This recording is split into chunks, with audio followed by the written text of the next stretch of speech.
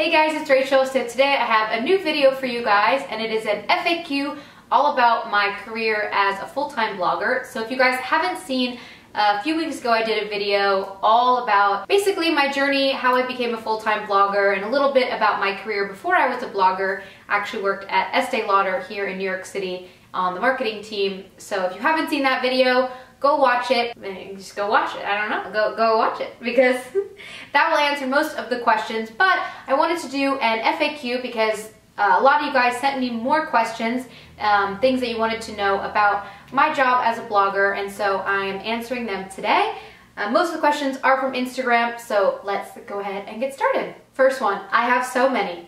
Laughing face emoji. When did you decide you could make this into a job? How many followers slash subscribers until you were financially stable? So I started my blog in 2012, and when I started the blog, I already had my 2 YouTube channels. So I have a YouTube channel in English and in French, which I started in 2010. So for me, it's been 8 years that I've been basically sharing my life on the internet. So it was about 5 years into my blogging journey that I did decide to become a full-time blogger, or 5 years into my online person journey that I decided. So in 2015 is when I decided to become a full-time blogger, and I think around at that time I had maybe 120,000 followers about on Instagram. I'm not exactly sure, but I think that was around the time. And I will say I was very lucky. I think living in New York has given me a lot of stability in terms of my career, which sounds weird, but living here, you know, a lot of the fashion brands are here, a lot of the beauty brands are here, so I did have a lot of visibility, and I had a lot of credibility coming from working at a brand. So I was able to make a lot of connections. And so for people that don't live in New York, I always recommend coming here once or twice a year, because you can have lunch meetings and connect with other bloggers, brands, agencies, and it's really important because at the end of the day, we're all people, and the brands that hire me every day are just people that work at those companies. So I think having those personal relationships is so important. In terms of finance, I decided to quit my job when my blog was starting to earn more than my salary, and I knew that I could sustain myself on just my blog income. So for a while I was working full-time, getting my paycheck and doing the blog on the side, but I was still earning money from that blog. And so basically I tried to live off only the money from my job and put aside all the money that I was making from my blog and YouTube into a savings account. So that way I felt really confident when I quit my job that, let's say if I couldn't make it, if no more gigs came in, I could still survive for at least 6 months. So I had enough in my savings to pay my rent, my monthly expenses for 6 whole months. And of course more gigs came, but I think that's something really important. I know a lot of bloggers, you know, will just tell you like, follow your dreams, quit your day job, but that's really not what I'm here to say at all, because it is a huge decision. It's not something that you can really take back easily if you have a really great job, and I had an amazing job at Estee Lauder. So it's something to consider very carefully, to take into consideration finances, because this is an unstable job. Working as a freelancer is always unstable, especially in this industry, because you don't always know when your next work is going to come, and there are definitely ebbs and flows. For example, in November, December, because that's gifting season, you have so much work, you don't know what to do with yourself. You have, I mean, brands are coming at you left and right a lot of times, but then January and February can be crickets. I mean, crickets. So you have to learn how to save, how to manage your money really well when you're a blogger. So that's really important. I don't want to just glaze over that. I know a lot of people don't like to talk about the specifics, but I just want to say that you really should consider this from a financial level, not just a creative and emotional level. So take that into consideration. What is your biggest regret online? My biggest regret online is not starting sooner. And I tell this to anyone because I had the idea to have a blog when I was in high school. In 2006, I had like a Tumblr that I didn't take very seriously, but I knew there was something about being online and connecting with people all over the world that interested me from the very beginning of the internet. And so my only regret is that I didn't start my YouTube channel earlier. If I would have started in 2007, who knows where I'd be. But at the end of the day, you know, I don't truly regret anything that I've done or any of the career choices that I've made. I think that, I mean, I'm so happy where I am, so it's hard to really regret anything. If you could redo something online, what would it be? Like saying no to a brand you wish you said yes to, or vice versa? That's a good question. I mean, I've had many pitfalls along the way being a blogger, working with brands, and I think that at the end of the day, I wouldn't redo or really regret anything because they taught me a lot. I learned so much from mistakes that I've made, and you'll make plenty of mistakes as a blogger. You'll learn from your mistakes, and I think that's just what life is all about. I mean, that's how we have to play, you know? You fake it till you make it, you make mistakes, and you just keep on keeping on. Is it too late to start? And advice for small creators who are stuck at 1,000. So I don't think that it's too late to start, but I think that everyone needs to go into blogging with managing their expectations, because I think now it's almost equivalent to, you know, moving to LA and hoping to become a famous actress. There are so many people that want to be bloggers, YouTubers, Instagrammers, and so yes, the market is very, very saturated now. Do I think that means you couldn't become a full-time blogger? No, and there are tons of niches, and that's something I always try and tell people, is that, you know, find what is interesting and different about you, or niches, something that you can do that maybe somebody else can't do. And for me, a big part of that was the fact that I could speak French and have a French YouTube channel and have a French audience. So let's say if you speak Spanish or speak another language, that's just an example of one niche that you could go into. Or if you have a ton of photography experience, then really maybe focus your blog around tips and photography and things like that. Or even further, go into a further niche. Maybe it's portrait photography or boudoir photography. I don't know what you do. Live your best life.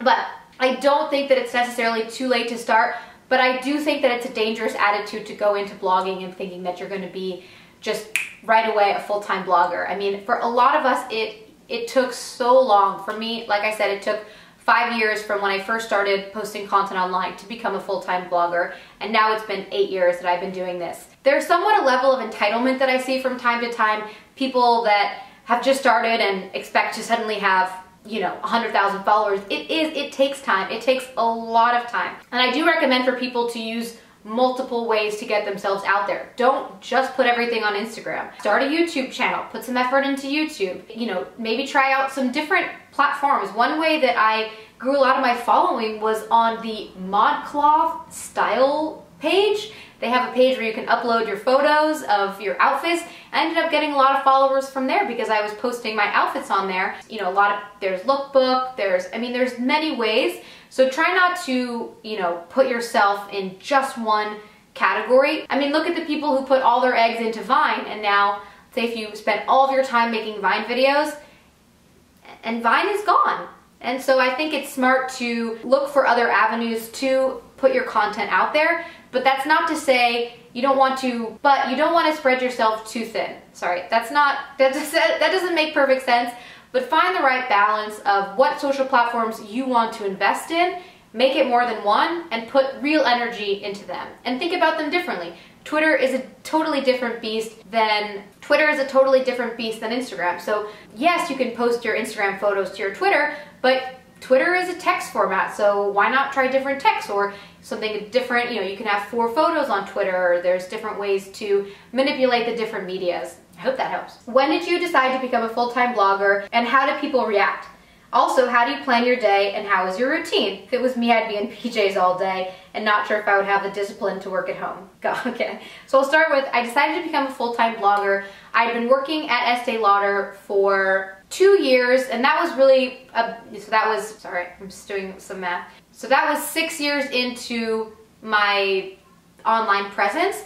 And that was when I first started seeing that it was a possibility for me to become a blogger. I was really starting to earn money on the side at my job, and it kind of dawned on me that being a full-time blogger was a path I could take. And also becoming friends with some full-time bloggers really helped me. I was able to make friends here in New York with other bloggers, and that really showed me how a full-time blogger could be a full-time blogger, and really learning from them. And I think trying to find a community of people who maybe have around the same amount of followers as you, or a little bit more, but you know, don't expect someone with 2 million followers maybe to be your mentor, but you know, creating a group of friends or bloggers, even online, is a great way to kind of connect, share grievances, and share tips.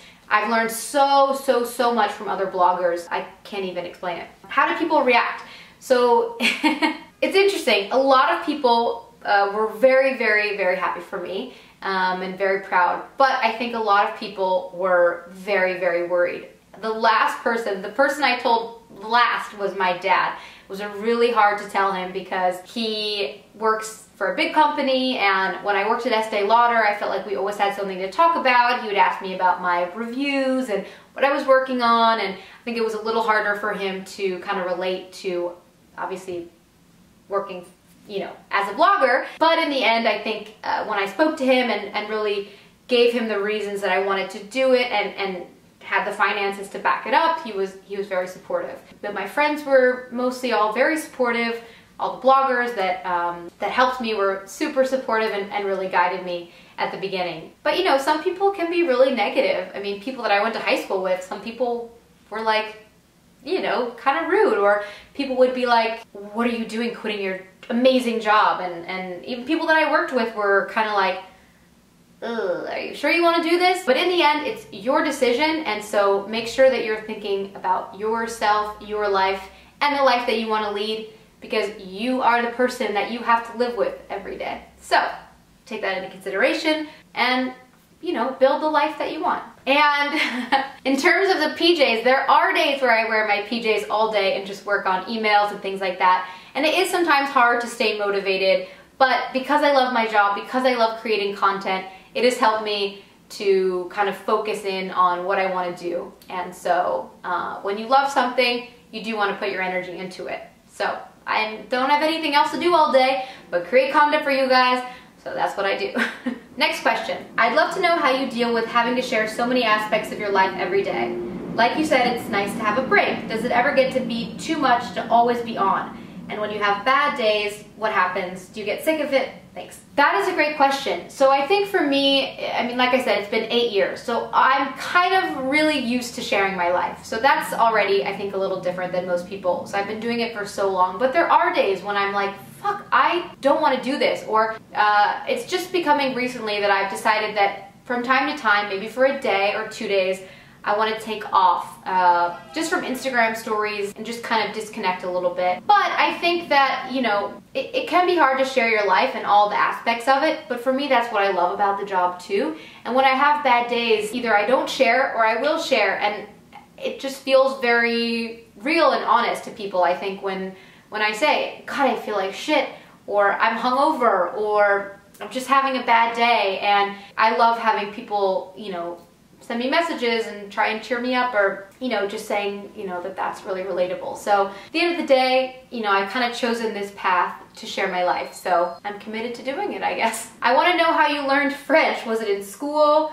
Tell us the story. So I'll keep it really brief because I am planning on making a longer video about how I learned French. But the short story is I started learning French in high school, and it was my major in college, and I have continued to practice pretty much daily with my French YouTube videos. So I speak French, je parle français. And if you guys want to check out my French channel, I will link it down below. If you guys speak French, or if you're learning French, it is true that if you're just starting to learn French, you might have a lot easier time understanding me than a French speaker, because of course I speak French with a slightly American accent and a little bit slower than French people. So, et voilà.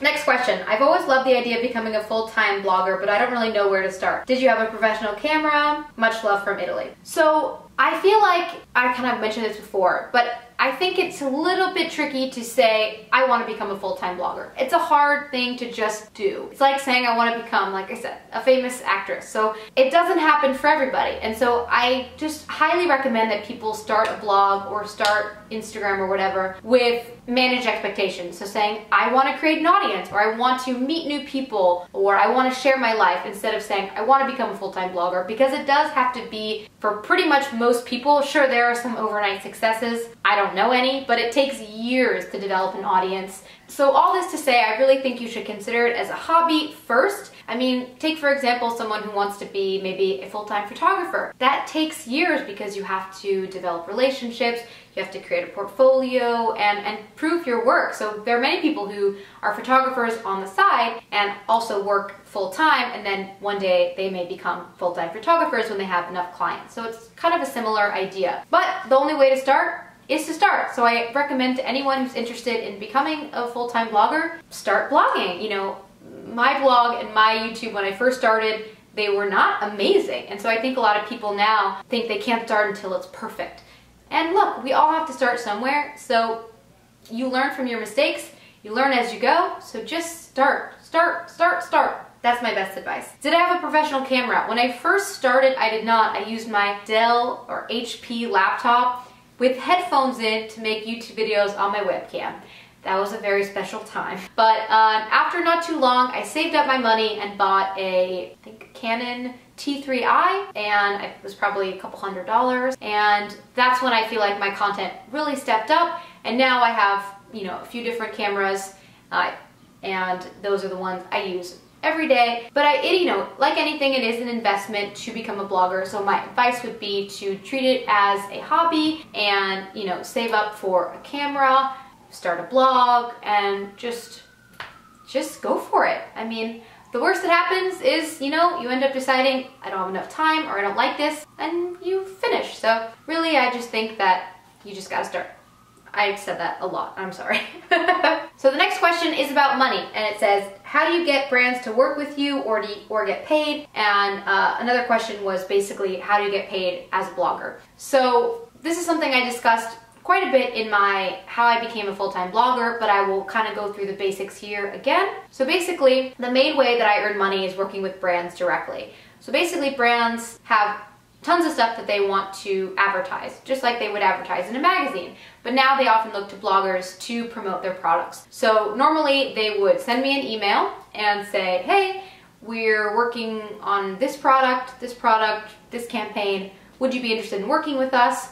Sometimes they give a price, sometimes you negotiate after, it always depends. It's never a set kind of way. But you work together with the brand. They generally provide a creative brief, which has their specifications for how they want the product to look, and you can negotiate through that with them. Then you produce a product for them, basically a photo, a video, whatever it might be. You post it, and then they pay you. So that's pretty much how it works. So that's where I make the bulk of my money, is working directly with brands to create content. There are also other ways to make money. Of course, YouTube has a basically built-in profit center. You know, you can make money off the ads on your videos. And there's also affiliate links. So if you see something on my blog or listed on my YouTube videos, you click on it and eventually buy it. I could get about a 10% commission. Depends on the product. But those are basically the three pillars. There are other ways bloggers make money, but those are kind of the three main ways bloggers make money. And so like I said, I mostly work with brands. It's something I really love, especially having worked on a brand. I actually find working with brands to be one of the most exciting parts of my job, even though from some bloggers they find it to be the most annoying part of the job. But I really love it because it's a bit of a challenge. You're taking someone else's aesthetic, so this brand who has their own vibe, their own products, you know, their own marketing, and blending it with your brand. So RachMartino, fun, bubbly, all these things. And so kind of making that match made in heaven, I guess. And it's not always easy. Sometimes brands can be difficult. Sometimes bloggers can be difficult. I mean, it is not a perfect system, but I think it is a great way to earn money. I obviously love being a full-time blogger, and so that's pretty much how it works. And in terms of how I knew I could leave my job, like I mentioned before, it was when my salary of being a blogger, the money I earned from blogging, was more than the money I made from my salary at my job. I saved the money and I started to be a full-time blogger. So another question about working with brands. Did you start by pitching ideas to them or wait until you had a big enough audience that brands came to you? So normally brands will come to you, but I think that now that, because this was back in 2012 when I started, so definitely brands were less receptive to bloggers, and if they did want to work with bloggers, they would reach out directly. Now I find it's a little bit different, and there are opportunities to pitch brands with ideas, and I've done this quite a few times. If I have a brand that I really want to work with, sometimes I'll work on a proposal, basically a deck that shows a little bit about, a deck meaning a PowerPoint presentation or a PDF file that has a little bit of information about me, about my audience, about my followers, and then sort of some of my ideas of working with them. So that has worked for me. It doesn't always work maybe for paid projects. It definitely can be successful. That's how I've gotten many hotel sponsorships. I've been able to stay at hotels for free or stay at resorts for free. Or if there's a product that I really, really want that's maybe a little bit more expensive, I've been able to get that product through proposing a sort of trade, basically posting in exchange for the product. So those are some ideas. I've done a lot. I love doing proposals, so I've done many of them. I would say that they're maybe only successful 30% of the time or less, but I think it's also a great exercise as a blogger to understand how to work with brands. And a great way now is, especially with Instagram DM, a lot of brands are really active on Instagram, is to just send them a message, say, hey, my name is Rachel, I'm a blogger. Basically, this is exactly what I say. I say, hi, my name is Rachel, I'm a blogger based in Brooklyn. I'd love to connect about XYZ. Do you have an email that I can reach out to directly? And I don't know, 5 out of 10 times, they'll write back, they'll give me an email address, and I can reach out to them via email, which is a more professional way to reach out. You see, then you can have attachments. I don't know who's dying, but this ambulance is very loud. Sorry, that's just New York for you, but that's basically how it works with brands. But if you're a smaller blogger, I do recommend reaching out to brands via Instagram. The worst that can happen is they don't respond. The next thing that can happen is they put you on their mailing list, and so you'll get information, press releases, things like that, and they might add you to their mailing list, and that's how you can get a lot of free stuff. And free stuff is good. But I do think it's good, again, to manage your expectations. If you have, let's say, less than 10,000 followers, you might not get a response from a brand. That's just a fact. But still, a brand might still respond, add you to a mailing list. But it was around 50,000 followers that I started doing paid campaigns. But I think now that microbloggers and blogging is more relevant and more brands are working with bloggers, even around 10K to 10K, you could start getting free products and maybe small budgets from brands. And then from 25 to 50, you could definitely start working with brands at a paid level. So another thing, I recently heard this like equation, I guess, it's pretty simple, for how much you could potentially charge to work with a brand. It's super simple, so I thought I'd share it. I wouldn't say it's 1000% accurate, but it's always a good place to start. So take the number of followers you have. So let's say you have 25,000 followers, and divide it. Math is not my forte, guys. I'm not a math blogger.